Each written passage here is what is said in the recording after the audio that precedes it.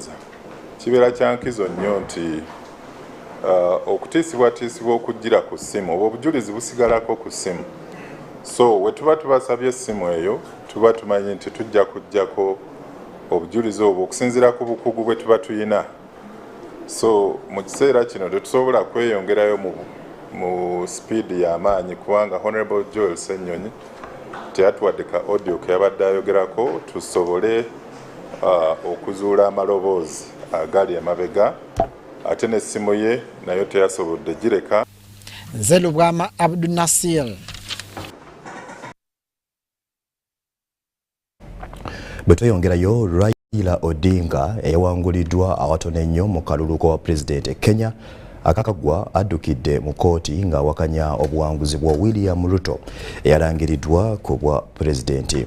Raila awerekeddwako bannamateeka n'abawagizi n'atuuka mu kkooti ya Mirimani okuwaayo okwemulugunya kwe.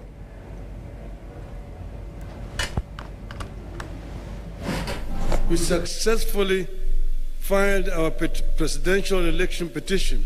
Eyakwatira omukago gwa Azimio la Umoja bendera mu kuvuganya ku ntebe y'obwa pulezidenti mu ggwanga erya Kenya Raila Odinga ne munne Martha Karua n'abakulu mu mukago guno abawerako batutte omusango mu kkooti nga bawakanya obuwanguzi bwa William Ruto mu kalulu akakaggwa. Ruto ye yalangirirwa ku buwanguzi ku ntebe y'obwa pulezidenti nga yawangulira watono nnyo. Bano bawerekeddwako abawagizi baabwe era ng'ebiwandiiko eby'okuwaaba omusango guno babitwalidde ku loole. Bano babadde n'obujulizi mu bokisi 39 bapulida wabula ab'oludda oluwaabi basoose kuweereza nteekateeka y'okuwaaba omusango guno mu nkola eya digito bagiyite tekinologiya nti singa babadde balemereddwa okutuuka mu budde obwansaleesale kubanga abadde anaatera okuggwako tewandibadde kyekikka mu kkubo lyabwe. Okujulira kwa Azimio la Umoja kidiridde okulangirira William Ruto ku buwanguzi mu kalulu akaakubwa ng'ennaku z'omwezi 9 Agosto omwaka guno 2022. Our supporters deserve the support of all our citizens and all the citizens and leaders of the world who believe in democracy, constitutionalism and the rule of law. This is the time to walk the talk. Raila yagganirawo ebyava mu kulonda era n'ategeeza nga bw'agenda okuba ssentebe w'akakiiko ak'ebyokulonda mu ggwanga erya Kenya mu mbuga. Omusango guno gulina okuwulirwa mu bbanga lya nnaku 14 zokka nga ne bapulida ba William Ruto basuubira okuteekayo obujulizi obw'enkokonala obuwakanya okusazibwamu kw'omuntu waabwe. What Comrade Odinga and team are taking to the Supreme Court this time around is really hard paper for them. Juma Nsamba ne Dennis Goa bebakusakidde bino.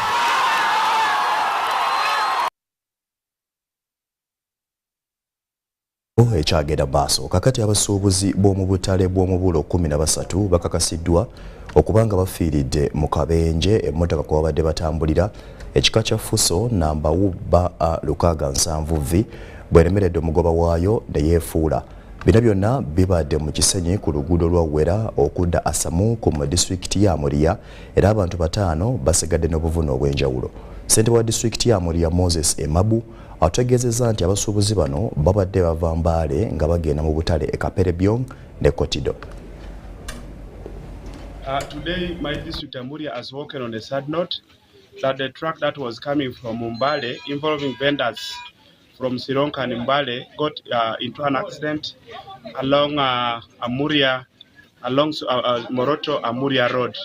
This truck was carrying vendors that were bringing cabbages, tomatoes and Irish potatoes as they always bring to these markets of Amuria, Kapelebyong and these sides of Karamoja. I want to condole with the families that have lost their lives. Right now as we talk, I am in Amuria General Hospital mortuary, and I have seen some 12 dead bodies already here.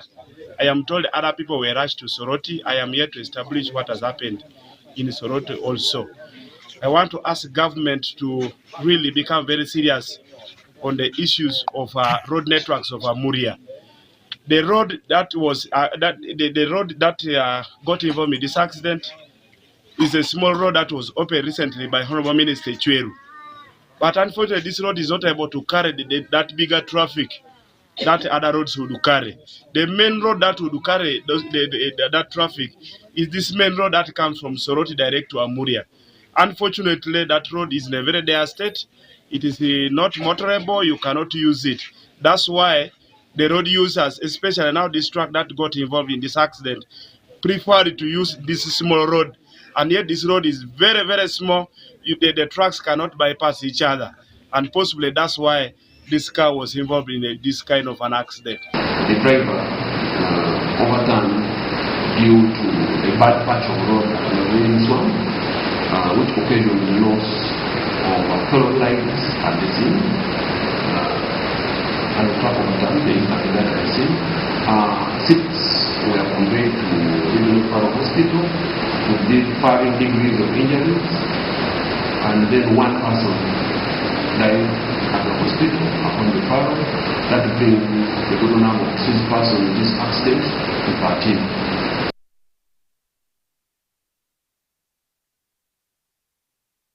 Ganaku okuva mu bitundu bye Amoria. Betweyongerayo enkayana mu katale wa Kiseka zizemu okusitula enkundi abasuubuzi abeegattira mu kibiina kya Nakivubo Road Kampala Kiseka Market Vendors Limited bwe barayiridde nga bwe batajja kukkiriza gavumenti kutwala kibangirizi kyabwe mweyagala okuteeka abatembeeyi okutuusa nga bamaze okuliyirirwa ensimbi eziwera ddala akasekalamba. Mu mwaka gwa 2019 okikola wa minisita owandiikira ekibiina ekit'abasuubuzi mu katale wa Kiseka nga abategeeza gavumenti bweyagala okweddiza ekibangirizi katale kano okukizimbamu akatale. Sabbiiti ewedde ofiisi okuva mu maka gwa pulezidenti nga bakulembeddwa Meja Emma Kuteesa basisinkana abasuubuzi abaagobwa ku nguudo mu katale ka Kiseka okubaako bye bateesa ku naddala ky'okubazza mu kibangirizi ekiri ku katale kano. Ebintu byange ng'ate bwe bamenya akatale tetulina nteekateeka yonna wa we tunadda era ne tusalawo ne tusala ekkubo ne tudda ku mabbali. Naye ate ne ku mabbali kwe tuli nako bonna ne basobola okuba nga bakola ki bayizaawo tebasobola kugaanirawo nga gavumenti egambye nti baveewo babatadde awalala nsuubira tebasobola Kiseka abantu ba Kiseka bakubala mu nnyo kani ate olukiiko olwo tebabengeredde tukwasaganyamu ensonga zammwe nga buli omu ategeere wanaabeera ate awatuufu walina. Ekibiina omwegattira abasuubuzi mu katale ki Nakivubo Road Kampala Kiseka Market Vendors Limited nga bakulembeddwa mu ssente waabwe Robert Kasolo Kisembo beerayiridde nga batagenda kukkiriza batembeeyi kuleeta mu kibangirizi kyabwe okujjawo nga gavumenti emaze obbalirira. Era twagala tutegeeze gavumenti tetulina lutalo nayo wamu n'ebitongole ebibadde bitwataakinga tetulina buzibu nabo, naye ettaka lino piwale olwekyo mu Luganda kimbuze ettaka lino ly'abantu bewa Kiseka. So tukiwakanya ne sekuwakanyawo ku nsi yonna okulaba nga gavumenti etwala ettaka lyaffe nga tuliyiriddwa. Olaba ne wa Kiseka population esinga y'abakyala n'abawala bavudde mu masomero tebalabirimu. We are receiving a lot of threats from some government agencies who are threatening to relocate street vendors on our land even before compensation. Okusinza ku ssentebe Robert Kasolo Kisembo ettaka lino balifuna amakulu matuufu gwa mu kitongole kya KCCA abawaliza ne batandika okukolerako enkulaakulana ey'enjawulo nga n'olwekyo tebajja kukkiriza kusenza busenza batembeeyi nga tebaliriddwa nsimbi zaabwe. Twagala tubeere negotiations ne gavumenti tulabe twagala okukomawa exactly. Ekyokubiri nti tulina bavaluers ba gavumenti naffe tuzokubeera na valuers abaffe naffe okusinziira ku ssente zetutadde wano gavumenti singa etuwaayo triliyoni ya ssente netugenda tugula ewala netuzimba akatale kuza sijjakuba tekitukoze bubi. Ye omwogezi w'ekibiina kit'abasuubuzi Simon Peter Lubwama alambuludde ku ngeri gye bafunamu ettaka lino n'engeri gye bazze balikulaakulanyamu. Twawaayo empapula ezisaba mu KCC mu kiseera ekyo era mu 2010 ekitongole ekiyitibwa Contracts Committee eky'omu kitongole omwo ne kituwa emyaka 5 tutandike nga kituwadde n'ebyokusooka okutuukiriza. abasuubiza abawulira ddala 185 be basuubira oganyulwa mu nteekateeka y'okukulakulanya ekifo kino singa kiba kiwedde nga bano be basinzidde okutegeeza nga bali abeetegefu okuteesa ne gavumenti okutuuka ku nzikiriziganya. Oluvannyuma lw'okufuna liizi okuva mu kitongole kya KCCA mu mwaka gwa 2010 abasuubuzi batandika okwesondamu ensimbi okukulakulanya ekifo kino era ebizimbe ebiri bye byakazimbibwawo. Joseph Muyingo wano mu Kampala. Leero ekyagenda maaso bwe tweyongerayo nkose gumu ku mwalo mu bizinga by'e Kalangala era abavubi n'abatuuze ku mwalo guno balaajanidde gavumenti ebawa eddagala eriweweeza ku kawuka akaleeta mukenenya n'obupiira bukalimpitawa kibayambe okwongera okutangira mukenenya n'endwadde ezeekuusa ku kwegadanga. Ng'ogyeko ebyobulamu abatuuze balina n'okusoomooza mu byenjigiriza, entambula n'ebirala.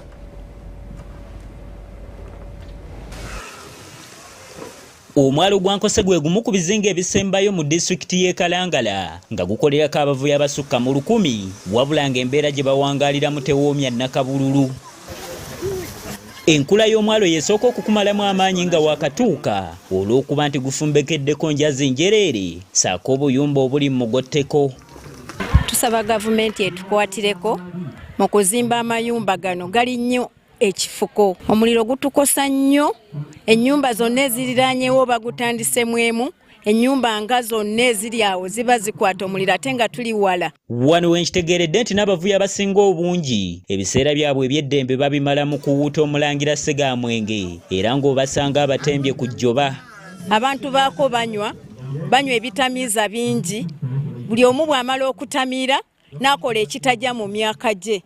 Okusomoza kusanga nti ebintu bya bivubisibwa bya bbeeyi nnyo, amafuta gali waggulu, byennyanja tebirabika, maato gagenda gadda makalu. Ekiraliikiriza abakulembeze kyekyokuba nti abavubi bamala okunyoosa enkwacco nga bwera enjogera y'ennaku zino n'okulinnyibwako omutaka Namaalwa bafundikira beekakaatise ku bwana obuto. Mpaliriziddwa n'okubuuza abakulembeze obanga abaana abawangaalira ku mwalo guno bafuna omukisa ogugendako ku masomero. Wano ne bakantema ng'essomero lye balina likoma ku nnassale yokka. Era tufuba nnyo okulaba nti bwe babeera kuno baba boonooneka olw'embeera y'abavubi gye babeeramu.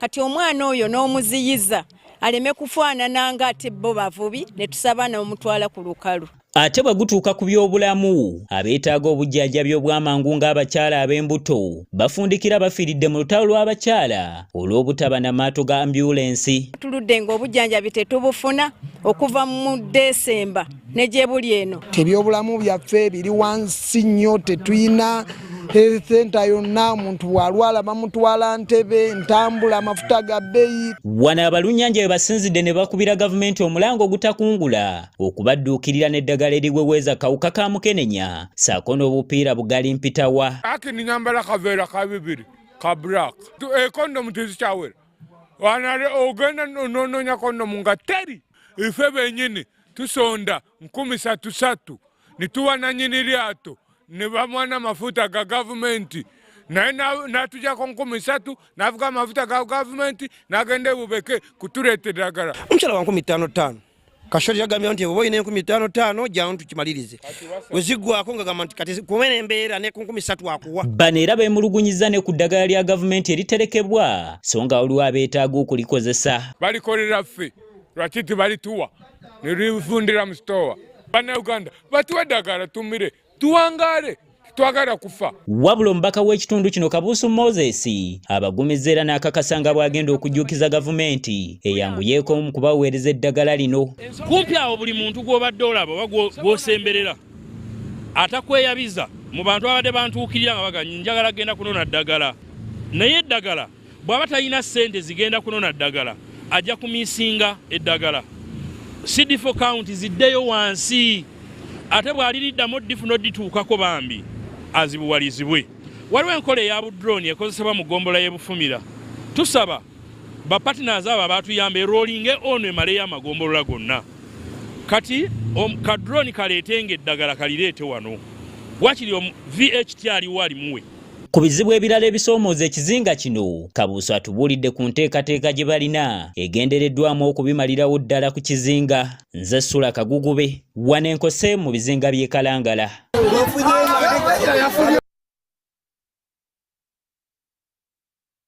Nyamunaffe Sula Kagugube. Kakati ekibiina kya FDC kisabye Parliament okunyikiza okunoonyereza kwabwe ku kufiirizibwa eggwanga kweririmu ku ntambula y'ennyonyi okusinga okufa ennyo ku buyigirize bw'omuntu kubanga kiba kyakubala budde na nsimbi. Bw'abadde mu nsisinkano ne bannamawulire ku kitebe ky'ekibiina Janankumbi, amyuka omwogezi w'ekibiina John Kikonyogo agambye nti Parliament yeetaaga okuyita minisita eyawa Bamutulaki omulimu ate nga teyalina mpapula.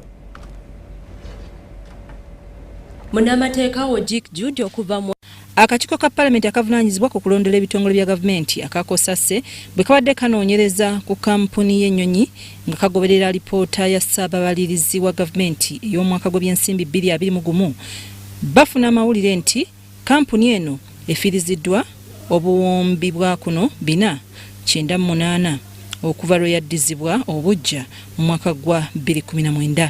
Ssentebe w'akakiiko kano Joyce Ennyonyi bw'abadde anoonyereza ku musaalo mungi oguweebwa abakozi ba kampuni eno, yasabye akakiiko ak'oku ntikko akaddukanya emirimu mu kampuni eno kaveeyo kanyonyole ku ngeri ssenkulu wa kampuni Jennifer Bamutulaki yaweebwamu omulimu guno nga talina mpapula. Okusinziira ku kibiina kya FDC basabye Parliament obutamala budde nga banoonyereza ku buyigirize bw'omuntu wabula bafeeyo nnyo ku kampuni gye bagamba eyolekedde okusaanawo olw'obutakola magoba okuleka okufiirizibwa. Kati ono omukyalo omugaleeta certificate Parliament yaffe sente zaffe teggwanga eziteeka ku bintu bitali tuziteekako. Yali badde enoonya wafuna otya omulimu nti baagumpa ani yagukuwa Mukulu Katumba jangu. Obotyo ono mukyalo omulimu nga talina qualifications. Efiiriddwa bilioni 160 n'okusoba omwaka oguwedde. Ngono emyezi ebiri yagifiiriza sente ezo. Ebyo nebyo tulina Parliament yaffe efokasinga wanene. Ku nsonga y'ebbibiro lya Isimba, FDC yeewuunya lwaki gavumenti erina enteekateeka ey'okugula amasannyalaze okuva mu balirwana, so nga gye buvuddeko yavaayo n'etegeeza nga bwe waliwo amasannyalaze ate mu bungi. Bano basabye gavumenti nga bayita mu Ministry y'ebyobugagga eby'omuttaka okukola okunoonyereza okumala okwewala okukola okusalawo okuyinza okukosa Bannayuganda. Uganda siyatukozesa abantu abatuufu mu bifo ebituufu buli kimu kijja kutambula. Tulina amasannyalaze mangi ge tutakozesa kuba abantu banaagateeka mu nnyumba zaabwe naye twafunye ate nga batugamba nti gasinga megawatts 183 bulijjo ge tutakozesa. Naye kati lino eryafudde tubabuuza lwaki tebakozesa gali bulijjo agabadde gasusse nga tulina bwe tugateeka tulina obwonoonyi teryakiddamu. Ku kalulu akasembyeyo akabadde mu Busongola South mu district y'e Kasese akawanguddwa muna NRM Gideon Mujungu Tembo, Kikonyogo agamba bana FDC bateekateeka okusisinkana mu mwezi gumu okusalawo oba basaanidde okusigala nga beenyigira mu kulonda kwe bagamba nti si kwa bwenkanya. Ebintu ebyavudde mu kalulu ke Busongola South tetuyinza bitwala ng'ebyavudde mu kalulu akaba demokrasiya akadde akamazima n'obwenkanya. FDC era yamulugunya ku mabanja amangi ageewolebwa gavumenti ne gatagozesebwa so nga amagoba gaazo gasigala geeyongera buli olukya. Ndi Nafuka Farida ne Stephen Kalisya ena Janankumbi. Munnamateeka Ojik Jude atembera mu gy'obukulu 49 aguddwako emisango 6 egy'okubba obuwumbi obuwerera ddala era asindikiddwa ku alibanda eruzira. Ensimbi ezigambibwa okubbibwa ono zaali zaweebwa ekika ekya Lugwar oluvannyuma lw'eggye UPDF okukozesa ettaka lyabwe erisangibwa e Pajimo mu disitulikiti y'e Kitugu. Ojik emisango gyonna agyegaanye. Munnamateeka Ojik Jude okuva mu Ojik Advocates mu maaso g'omulamuzi Siena Owomugisha owa kkooti ya Buganda Road mu Kampala aguddwako emisango 6 egy'okubba obuwumbi 2 okujingirira ebiwandiiko n'ebirala. Uttering a false document contrary to section 351 and 347 of the Penal Code Act. It is alleged that you, Ojik Jude, during the month of July 2019, did utter the to the Secretary, Uganda Law Council, income. It represents the true records of attendance, whereas not. Oluvannyuma lw'okusomerwa emisango gino Ogiika agyeganye. Have you heard and understood the statement and particulars of the offence in count? No, sir. Is it true or not true? Not true. Plea of not guilty is entered in count 2. Oludda oluwaabi nga lukulembeddwamu Lydia Nakato lutegeezezza kkooti ng'okunoonyereza mu musango guno we kwawedde, bw'atyo n'asaba kkooti okulambika olunaku olw'okutandika okuwuliriza omusango guno. Munnamateeka Albert Mukasa wadde ng'abadde ayagala Ogiika okuteebwa ku kakalu ka kkooti, kino tekisobose. Wano omulamuzi Siena Omugisha ataddewo olwanga 9 mu mwezi ogw'omwenda omwaka guno okuwuliriza okusaba kw'omuvunaanwa. Munnamateeka Ogiika Jude yagambibwa okufuna ensimbi obuwumbi 2 ku akawunti ye eya Centenary Bank. Ensimbi zino zigambibwa okuba nga zaali zaakuyirira ab'ekika kya Lugwal oluvannyuma lw'eggye lya UPDF okukozesa ettaka lyabwe erisangibwa e Pijom mu disitulikiti y'Ekitugumu. Munnamateeka Jude Ogiika yakwatibwa nga 19 mwezi gw'omunana mwaka gwa 2022 akakiiko k'omu maka g'obwa pulezidenti akalwanyisa obulyake n'obukenuzi nga kayambibwako abakuumaddembe. Nze Susan Nabugudde ne Nantongo Rebecca abakusakidde bino.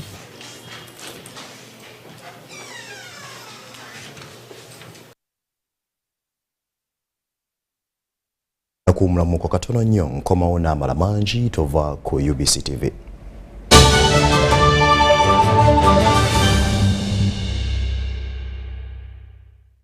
Sasulira akasimu k'ekirooto kyo mpola mpola. Funa essimu y'ekirooto kyo leero ng'osasula mpola mpola okutandikira ku nnusu 14 n'ofuna data ow'obwerere okumala omwaka. Essimu zonna kugirako MB za 5 buli lunaku okumala emyezi 12. Osasulira omwaka gumu. Ziri mu maduuka ga MTN n'aga M-Kopa. MTN, everywhere you go.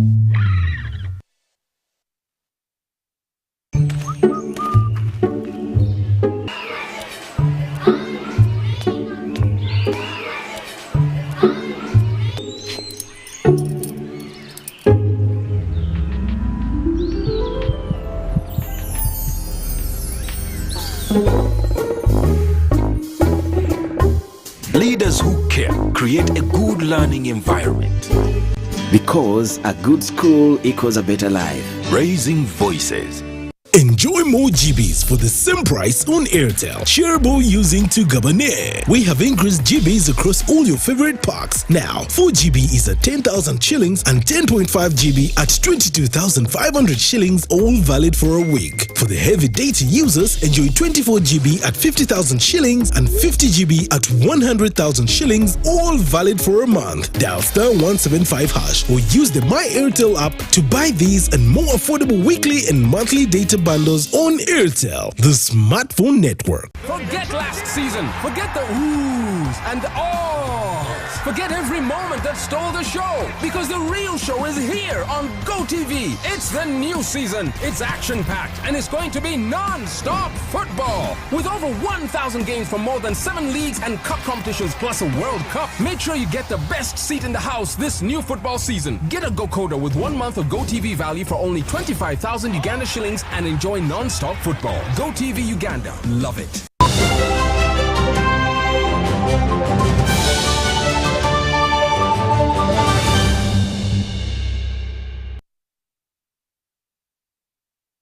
Nkwebaza okuba nga okyatambula nange nkomyewo n'ekitundu ekyokubiri ekyamawulire gaffe ekya UBC leero. Minisita obubeezi avunaanyizibwa ku bamusigansimbi Evelyn Anite ategeezezza nga gavumenti bw'eri emalirivu okukola kyonna ekisoboka okuwagira abasizi b'ensimbi wano mu ggwanga. Bw'abadde alambula agamu ku makolero mu bitundu by'ejjinja, Anite alina essuubi nti omwaka 2025 ogunaatuukira gavumenti ejja kuba etuuse ku kiruubirirwa kyayo eky'okutondawo emirimu ng'eyita mu makolero. Ekibuga ky'ejjinja kimu ku bibuga ebikadde ebirimu amakolero agakula amangu mu ggwanga ageenyigira mu kukola ebintu ebitali bimu. Era eno minisita omubeezi avunaanyizibwa ku bamusigansimbi Evelyn Anite ng'awerekeddwako abakungu abalala gy'asinkanidde bamusigansimbi abaakuno okubaako ne bibakkaanyaako. Mu nsisinkanire bamusigansimbi balombojjedde minisita okusoomooza kwe bayitamu nga bakola emirimu gyabwe, kuli omusolo omungi ogubagibwako, obutaba na butale gye batwala byamaguzi byabwe n'ebirala. So So lots of stocks are flowing from that side, and prices are really unstable in the market. So that's a huge issue for us. To export a piece of timber, we are running around corridors everywhere in government, but we are not being told. We are being told we can't export timber. Okubaanukula Anite babuulidde nga gavumenti bwe balowoozaako okubateerawo emisolo egitabananyigiriza wamu n'okubateerawo embeera ebasobozesa okuddukanya emirimu gyabwe obulungi. When the sugar companies came and talked about market, our president looked for market in Tanzania, looked for market in DRC, but we can't meet demand. Babuddawo batuuse ku kkolero lya Tembo erimu ku kkolero erimanyiddwa okuba eddene ate ery'amaanyi mu disitulikiti y'Iganga eryegulidde erinnya mu kukola ebyuma ebikozesebwa mu kuzimba nga lyatandikibwawo mu mwaka gwa 2013. Only other steel company that does something like this is in Egypt and another one is in South Africa. So they don't have the capacity of the 1.3 to 1.4 billion people in Africa. So Uganda is going to be the nerve center now of supplying, the entire region. Abakulu beeyongeddeyo mu disitulikiti okuli Kamuli gye bafunye yiika 6 ne Soroti gye bafunye yiika z'ettaka 9 kwe bagenda okuzimba amakolero amalala. Ndina Africa Farida ne Susan Naunga. Bwetweyongerayo Minisita omubeezi w'amatendekero agawaggulu Dr. John Krezesto Muyingo asabye Bannayuganda okunnyikiza enkola za bulungibwansi ezirimu okuyamba abateesobola abakadde n'okukuuma obuyonjo ko n'obutonde. Minisita Muyingo bino abyogedde atongoza omutima gwa bulungibwansi n'okukomekkereza wiiki ya bulungibwansi gy'ayambidde abakadde bawadde ebintu ebikozesebwa waka okubadde ne Mariam Kagere w'emyaka 13 ebbamunaanika mu Luweero.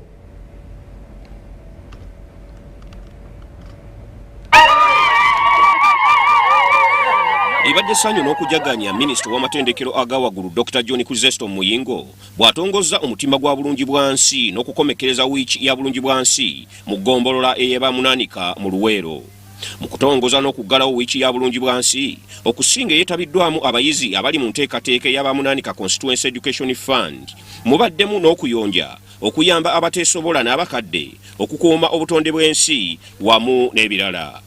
Minisita Muyingo wamu n'abatuuze ko n'abayizi era bakyalidde abakadde n'abawa ebintu ebikozesebwa mu bulamu obwa bulijjo okubadde n'omukadde Kagere Mariam aweza emyaka 13 egy'obukulu n'antamu Yulita ow'ekyenda wamu n'abalala. Nange ninga kana zigenda ku mukadde nange ngatteko ettaffaali kale munange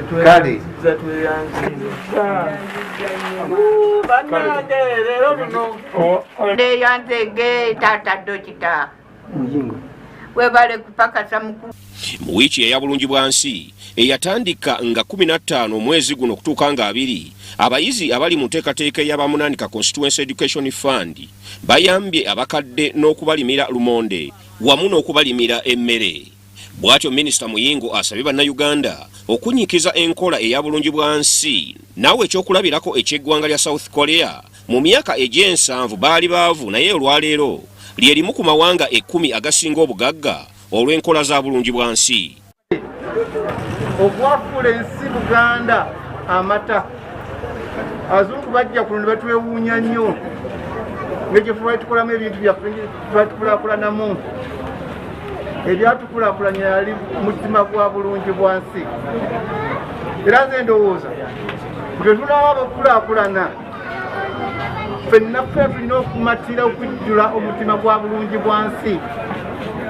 Asabye Bannayuganda okukozesa enkuba etandise okutonnya okusimba emmere basoosowaze okuzzaayo abaana mu masomero ate bewale ebyobufuzi mu pulogulaamu za gavumenti nga eya Parish Development Model basobole okwekulaakulanya. Aduumira poliisi y'e Busiika ASP Nakityo Vicky n'abatuuze batendereza enteekateeka ey'okuddamu okusoosowaza bulungibwansi. Si buvunaanyizibwa baffe tewaliwo muntu n'omu alina lukusa ku bulamu bw'omuntu obwo bwe tuyise obulungi bw'ensi.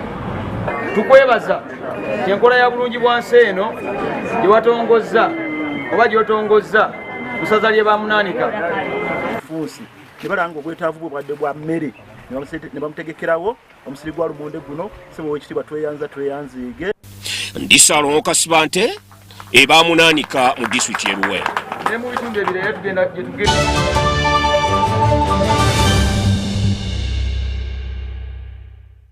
The Tales of Kasozi, brought to you by Uganda Communications Commission. Yes, hello. This is Kasozi. How can I help you? Calling you from the mobile service center. Okay. So how can I help you? Well, we have noticed a few things wrong with your number and need your mobile money PIN. Ton Ferrer, never give out your password or PIN to any caller. Your mobile service provider will never call or ask for your personal details. If in doubt, go to your nearest phone service center. This message is powered by UCC, MTN, Airtel, Bank of Uganda, and NPSP Association. The Tales of Kasozi, brought to you by Uganda Communications Commission. Hello? Hello? This is Kasozi. How can I help you? Hey, Kasozi, my brother. Long time. We last met when we were at campus. It's been a while, but you are the person I'm looking for. Campus? Really? Hey, you don't remember me? Okay, so how can I help you? I'm stuck in Gulu making millions and I need to urgently send money to my sick mother, but I can't find any mobile money agent near me. I've sent the money to your phone, as you can see the message. It might take a few minutes to come through, but I urgently need you to send the money to my mother. Let me send you her number and you send it to her chap. My friend, I'm afraid your mom is going to die. What? Because I don't know you, I never went to campus, and I'm also in Gulu. So can we meet at CPS, we talk about it? Stay tuned for what Kasozi does next. Ton Ferrer, refrain from unnecessary engagements with strangers over the phone. This message is powered by the Uganda Communications Commission. Meet Professor Petero. He knows something every hustler in UG is gonna love. Oh, see. You see, I was just trying to get the documents to register for Airtel Money. You don't need the documents. You just set for register. What's going on here? He sells things from the shop, and behind my back, he gets the money and gives it to his girlfriends. But just get Airtel Money Pay so that all money comes direct to your business wallet and only you, the owner, have access to it. Just dial *185 *10 hash and now you are on. No waiting. Huh? This insanity is sweet. Give them also. I only take Airtel Money Pay. It's easy and secure. Yes, become a safer and more efficient cash-free business today. Easy. No mixing your business money with your Kameza money. Now, that's efficient. Airtel Money. Instant, secure, borderless.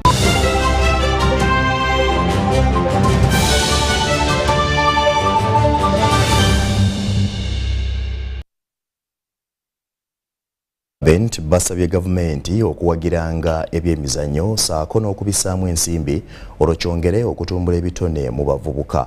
Bino babyogeredde bunnamwaya mu Makindye Ssaabagabo bw'abadde beetabye mu kutongoza omuzannyo gwa quadball mu ggwanga.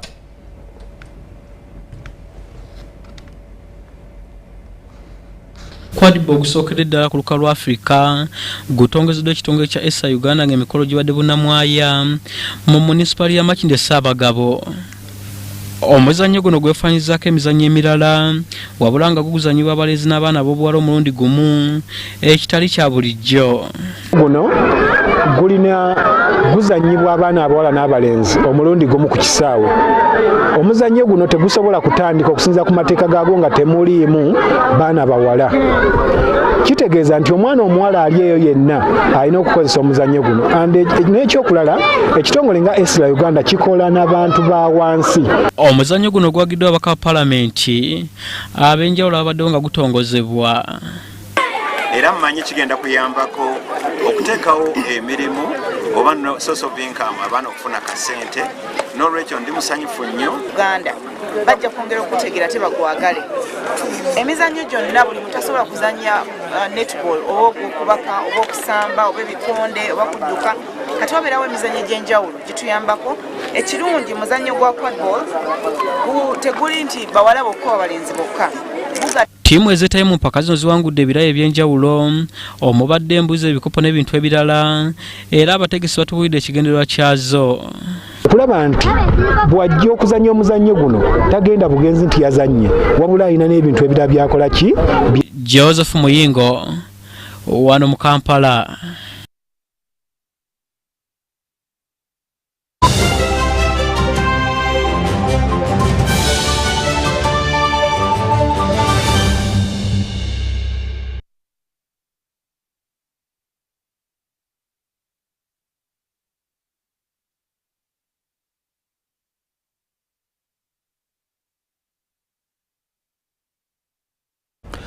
Butereevu UBC leero bwetyo bwetambudde njagala okuddiramu emitwe mikulu egikoze amawulire gaffe ag'olunaku olwaleero.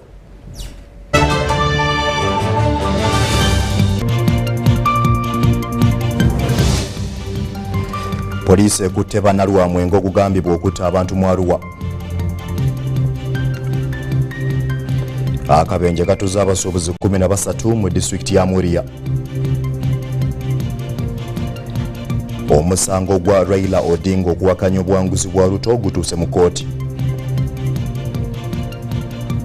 Abasuubuzi b'ewa Kiseka baganya okumala gawaayo ttaka eri gavumenti.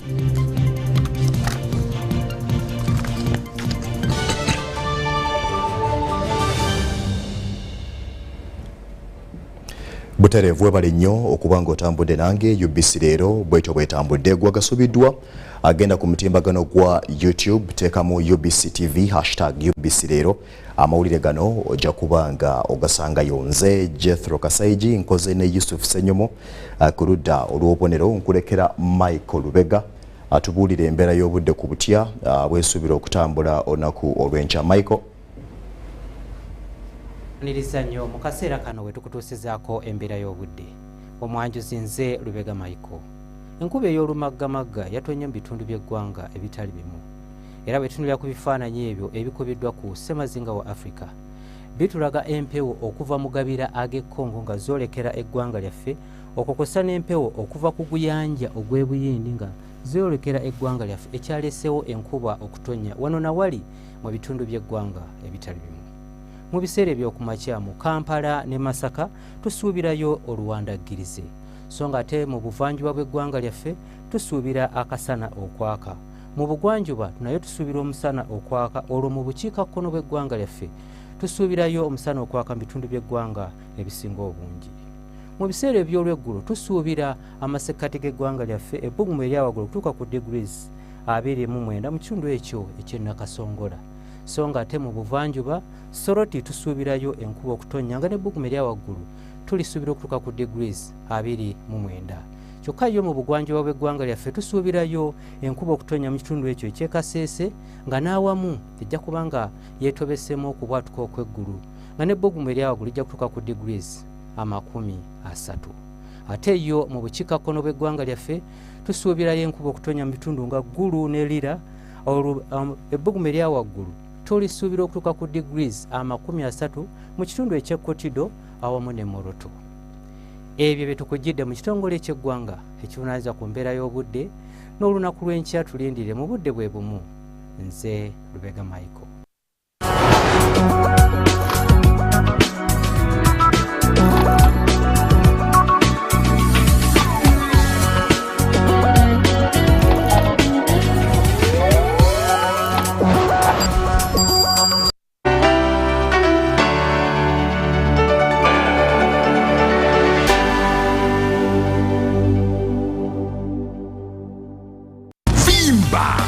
MTN Kabode Super as you pay mpola for this smartphone. Make calls, update your WhatsApp status, watch YouTube, and Google anything under the sun with 2 GB worth of data every month for 7 months. Simply make a small deposit of 99k and pay the balance mpola. You can pay in daily, weekly, or even monthly installments while you enjoy your new phone. So what are you doing today? Visit any MTN shop near you and get the MTN Kabode Super easy.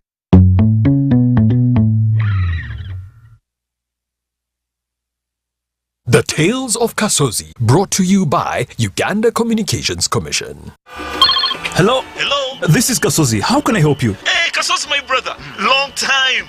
We last met when we were at campus. It's been a while, but you are the person I'm looking for. Campus? Really? Hey, you don't remember me?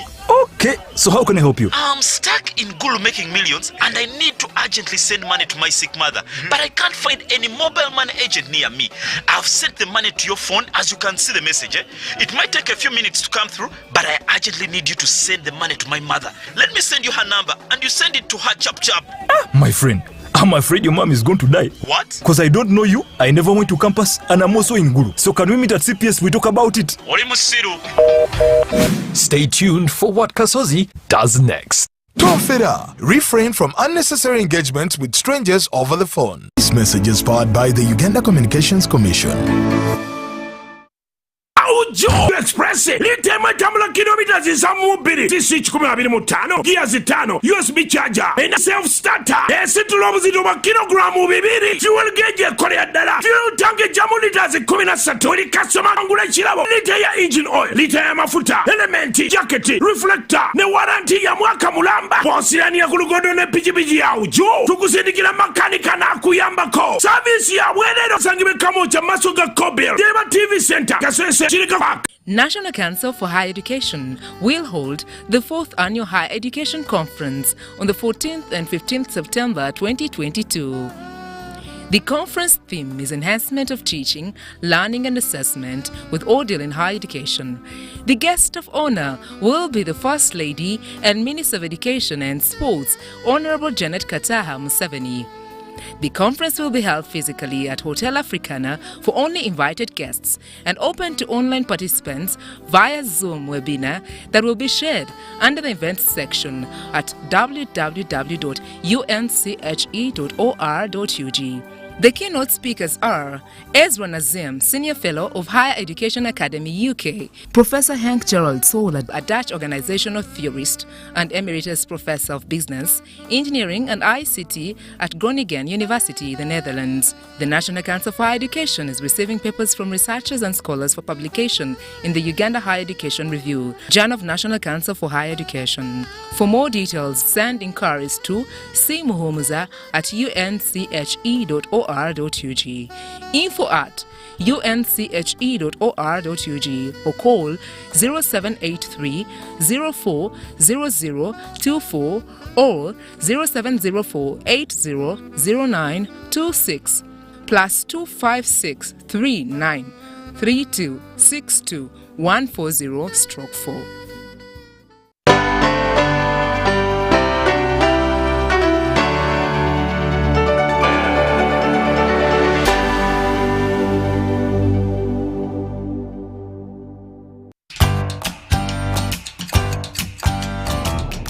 Welcome to English in a Minute. A compliment is something nice you say to someone. But what is a backhanded compliment? Backhanded compliment. Jonathan, Katie just told me my script was good. Surprisingly good. That, my friend, is a backhanded compliment. Yes, she was surprised it was good, so she expected it to be bad. Oh, let it go, Anna. Backhanded or not, it's still a compliment. A backhanded compliment seems like a nice comment, but it's not. It's an insult made to look like a compliment. As you saw with Anna, backhanded compliments can upset people. And that's English in a Minute.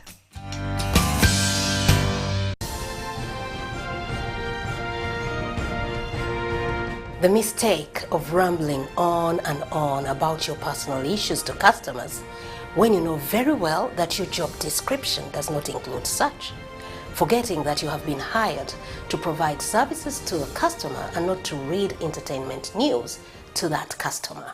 Vile vile nakumbuka katika Christmas iliweza kupita, niliweza kupata fursa kutembea katika hivyo visiwa vya South Pacific. Wow. Kusema kweli nilienjoy sana. Kwa sababu nilikuwa katika New Beach, niliweza kuona wasichana wazuri, wasichana warembo.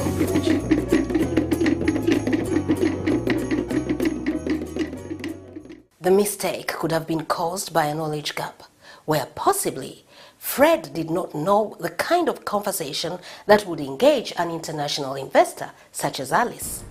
In fact, Fred could have thought that Alice would expect to hear nice comments about her home country, the Southern Pacific, and her people. But on the other hand, Alice could have expected that Fred would stick to business talk, especially since she had invested time and money to fly all the way from Europe. And so, she could not have been interested in wasting valuable time listening to meaningless discussions. So how about you? What kind of conversations do you involve your customers in? How personal do you get when talking to customers? Did you know that by occupying that customer with issues that do not concern him or her, you could end up appearing unpolished and unfit to discuss business with prospective customers of international caliber.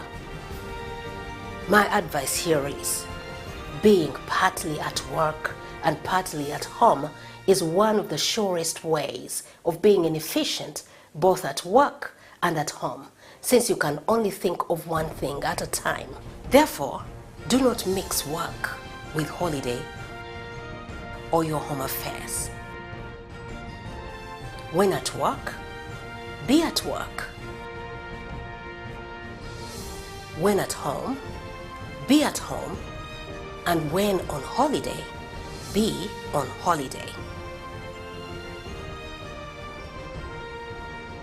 Streamline your work objectives, home objectives, holiday objectives, and other life objectives.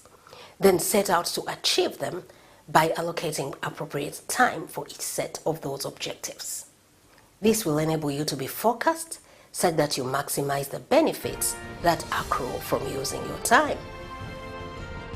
Get information on the kind of business talk that would engage a prospective investor, for example, so that you are well equipped for a professional conversation that is in sync with the organization's objectives for an investor's meeting or visit. After all, serious people do just that.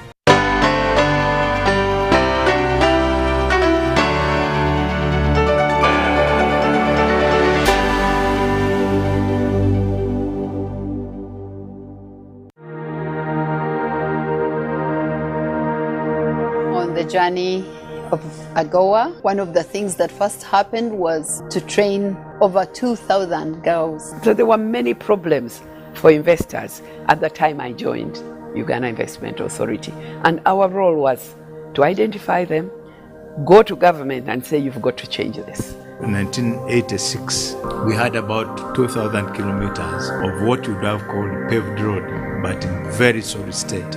I want to thank UBC that enables us to get these very important messages. Showcasing where we were and how far we have come. The Kalanga Infrastructure Services Limited, we signed an implementation agreement where we are running 2 ferries, we're generating and distributing power to the entire Bugala Island, supplying clean piped water. Even Enterprise Uganda, we started with 5 people. Today we're all over the country. When you are approached by UBC every week, please make time and offer us the benefit of knowing where you came from, what you are doing, where you are headed to, so that we can all appreciate that things can be done.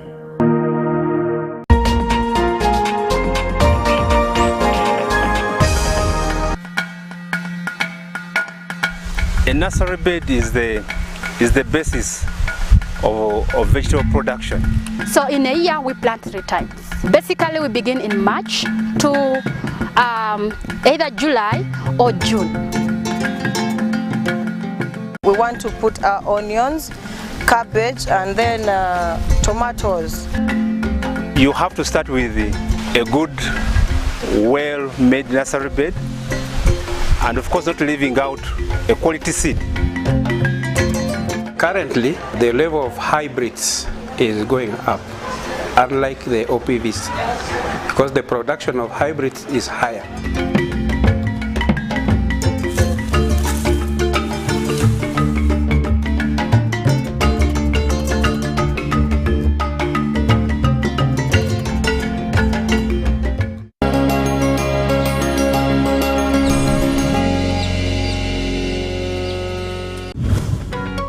On UBC, the program that helps you identify opportunities for investment, job creation, growing your entrepreneurial skills, wealth creation, and social transformation. We have a product that is ready for schools, supermarkets. Create wealth, transform livelihoods. Every week we showcase opportunities for creating new products and enterprises. I now harvest a lot of cocoa. When I harvest it, I sell. After selling, I put money in my project. I have 2 projects. 1 is for construction of my house, 2 is for educating my children. Excellence in innovation, the passion and drive to succeed, and the right mindset to grow your business. Lives transformed on UBC. Every Wednesday, 7:30 p.m. Create wealth, transform livelihoods. Brought to you by Operation Wealth Creation. A logical, deeper conversation. How many teachers in Uganda did you consult? But there's a mistake we are making. Which is good? Which is good? Which is good? Which is good? We went to this school, we ran it to Western, we ran it to Northern, we ran it, then you come. Isn't that an achievement? Objective and non-partisan. Honorable Minister, there were a number of points. I want to start with you. Straight from the hearts of open-minded men and women. Money tends to move faster at night. So when people are not counting, don't take it for granted. Candid and authentic. Because Uganda is not Thailand. That's not correct, and we should stop that kind of mentality. So what I'm saying that's is a trick question. Don't answer. I'm not getting into that. I'm not getting into that.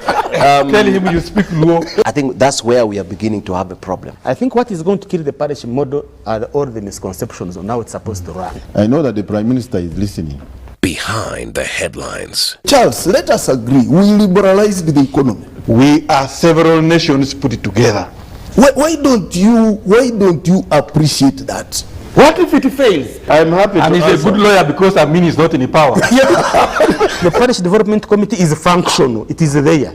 That there is a parish chief, that the beneficiary is doing. So we look at expenditure, we don't look at revenue, and that is the challenge we are giving them from Minister of Finance. Your fountain of new knowledge, flowing into the mass body of knowledge. First get the knowledge of Bukedia, how they want to be modernized. Every Wednesday, 10 p.m. on your public broadcaster. You return money to the treasury, which is meant for the people.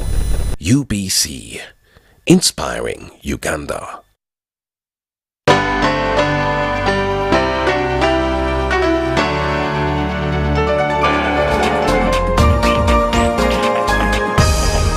Up next on UBC, brought to you by Keep the Lights On. Use Airtel Money to pay for all your Yaka bills conveniently. Open the My Airtel app to buy Yaka units. Airtel Money, simple, secure, borderless.